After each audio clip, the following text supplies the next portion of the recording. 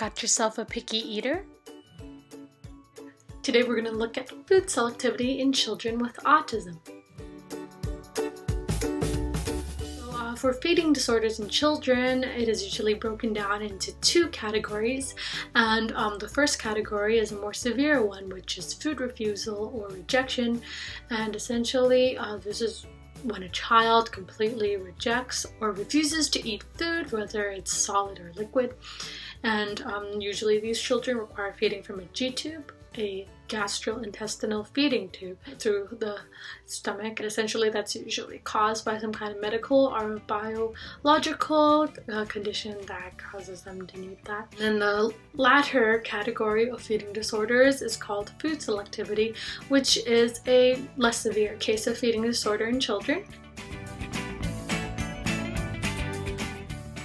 Today we're not going to be talking about feeding disorders caused by medical problems, but we're going to be talking about food selectivity in children with autism without the biological or medical issues as an obstacle.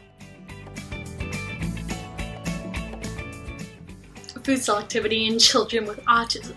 So food selectivity is usually linked with autism, or very often linked with it. That's because only 25 to 40% of typically developing kids, as in kids who don't have developmental disorders, display this type of behavior, while food selectivity is seen in 40 to 89% of children with autism spectrum disorder. It can range from mild to severe within food selectivity.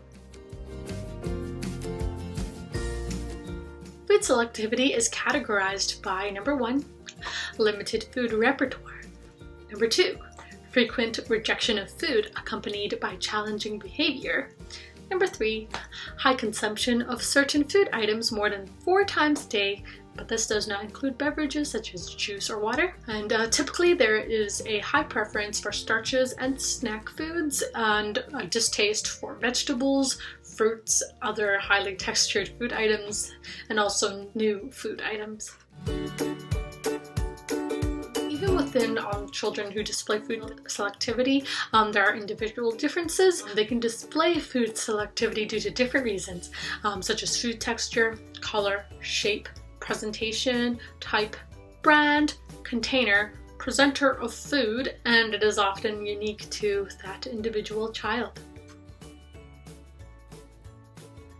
Why is it important to study food selectivity in children with autism? It's important because food selectivity can make it very difficult for parents during meal times. Children may display challenging behavior such as crying, disruptions, aggression, and even self-injurious behavior. But there are also developmental concerns, and one of them is that it could inhibit development of fine motor skills. A lot of infants learn to just pinch or grab food, while these children might not have ever done that with food and not develop this kind of skill. They could not maybe develop the skill of chewing with their mouth properly. In terms of developmental concerns, there could also be a lack of adequate nutritional intake, which can result in a higher risk of growth retardation, malnutrition, such as chronic vitamin and mineral deficiencies, developmental and psychological deficits, poor academic achievement, social difficulties, invasive medical procedures, constipation, obesity, diet-related diseases in adolescence and adulthood, and other nutrition-related medical issues. What are the solutions? Today I'm going to be talking about 6, most research-proven methods. The first one is escape extinction. Second one is non-contingent reinforcement. Third one is differential reinforcement. Fourth is response cost. Fifth is blending. And sixth is texture fading. The first strategy is called escape extinction. It is the most scientifically validated form of treatment for food selectivity. It is the most common form of treatment as well. It is proven to increase food acceptance, decrease food refusal, and decrease inappropriate mealtime behaviors effectively. And essentially, it uses escape from the food or the meal as the motivation for the child to take the bite of the food. The procedure is pretty straightforward and simple. So the traditional form is called non-removal of the spoon, in which the spoon is placed in front of the child's mouth or touching the child's lips, and you ignore all food refusal behaviors. And you don't let the child escape the task of eating the food until the food on the spoon is eaten. Some people think that this procedure is too similar to force feeding and maybe too intrusive, so there's a modified procedure that's been researched on called non-removal of the meal, and essentially it's the same idea, except you don't let the child escape the task until the entire meal is finished. First one is called extinction burst, in which there is a sudden increase in challenging behavior at the table when the treatment is first implemented. It should subside and decrease after a period of time, but at first it might be very traumatizing for the parents to watch. It is often regarded as being seen as too intrusive by the caregiver or therapist. It could be difficult and even unethical for a therapist or caregiver to physically prompt the child to eat. Also, the therapist or the caregiver might not have time to wait for the child to finish their food with this kind of strategy, and that lets them avoid the task, and it will motivate waiting out behavior in which the child will think, oh, if I wait a long time and I just don't eat it, then eventually escape this task. Finally, the child may engage in aggressive or self-injurious behavior that the therapist or caregiver is unable to handle. Non-contingent reinforcement.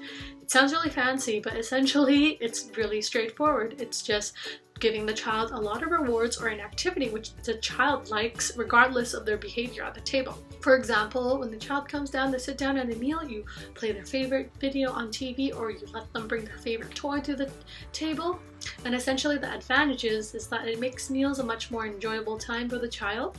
It is less intrusive than escape extinction. It also seems to decrease some challenging behavior at the table, and it also reduces the motivation for a child to escape the task. However, the disadvantage is that it does not seem to work alone for a lot of cases, but works together well with escape extinction, which still makes the mealtime a little bit more enjoyable for the child.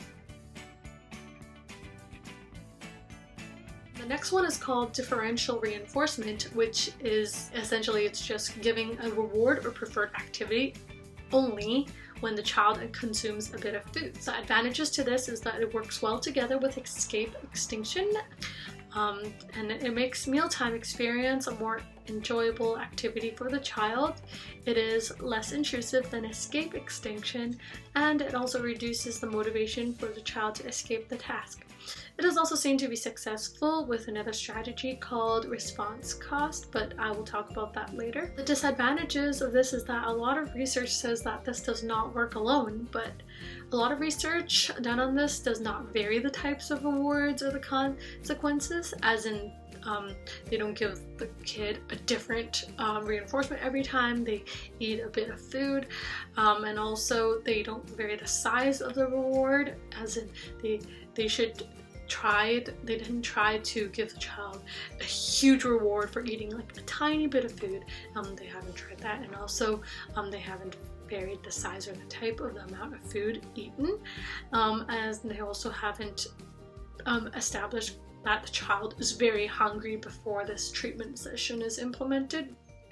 And if these kind of thoughts were kept in mind, then differential reinforcement might become a more successful strategy than the research currently shows. Response cost. Response cost is just basically giving the preferred activity reward at the beginning of the meal or the treatment intervention, and taking it away when the child refuses to eat the food.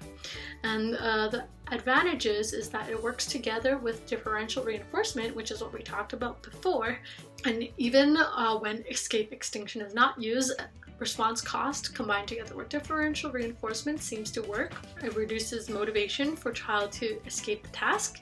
It also makes mealtimes more enjoyable for the child again. The disadvantages of this method is that it does not seem to work by itself, and it needs to be combined with other strategies. This is essentially mixing a preferred or familiar food item with a non-preferred or unfamiliar food item. For example, it's for instance, if the child hates spinach and child loves French fries, then you put French fries on top of the spinach. It's shown to increase acceptance and consumption of non-preferred food item when combined with an escape extinction procedure. The disadvantages is that this does not work alone without escape extinction.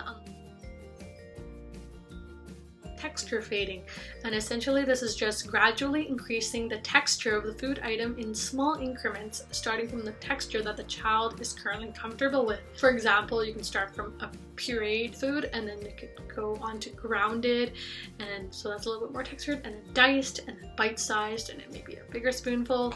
A lot of children are actually very selective about highly textured food items. The advantages of this is that it could teach children how to chew properly and directly if they did not know how previously, and research showed that it worked by itself in the absence of escape extinction. And the disadvantages is that there's actually not enough research done on this to show that this is always working 100% of the time. The conclusion is that there are many ways to treat food selectivity in children with autism or any child with this problem in general, and these strategies are not mutually exclusive, so you can combine many of these procedures together depending on what works best for the specific child. Rewards and having a positive atmosphere during meal times should be a foundation for using any of the methods of treatment. And finally, the more practice, the better. So parents should always be encouraged to learn how to implement these strategies beyond the therapist session. All right, so that's it, and thank you so much for listening.